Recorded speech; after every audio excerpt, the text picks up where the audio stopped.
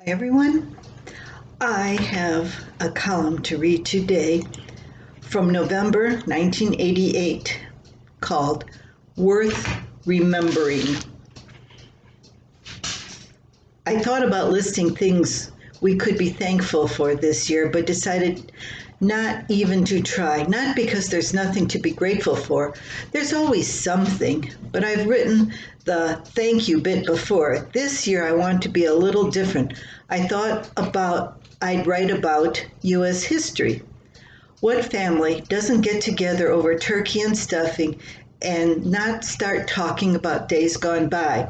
These are the times real history lessons are taught, from the lips of the people who lived it to the ears of their children, children-in-law, and down to the little pitchers with big ears, the grandchildren. I love to hear family stories. My dad started us out early, telling my sister Karen and me about growing up in Calumet Park, Illinois in the 1930s.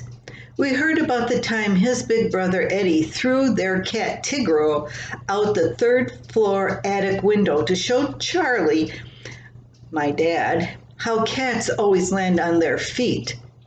Well, since Tigro wasn't very talented, he didn't land on his feet.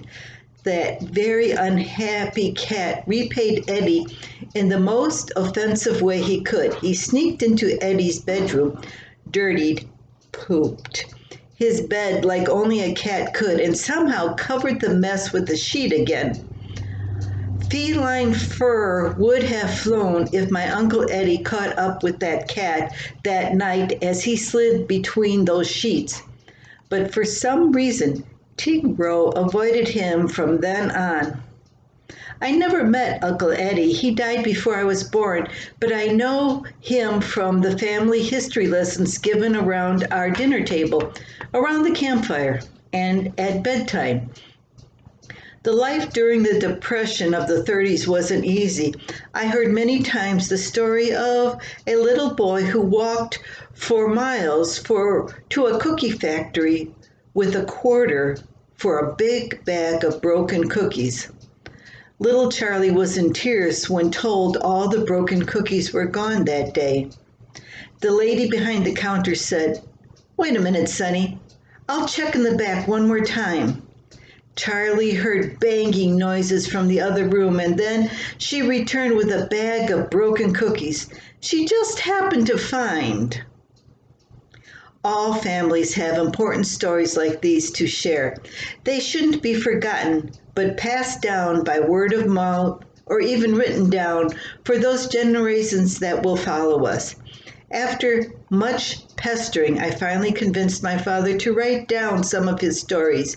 Dad is a better storyteller than writer. He used one of the kids' notebooks and prints his stories without punctuation or paragraphs.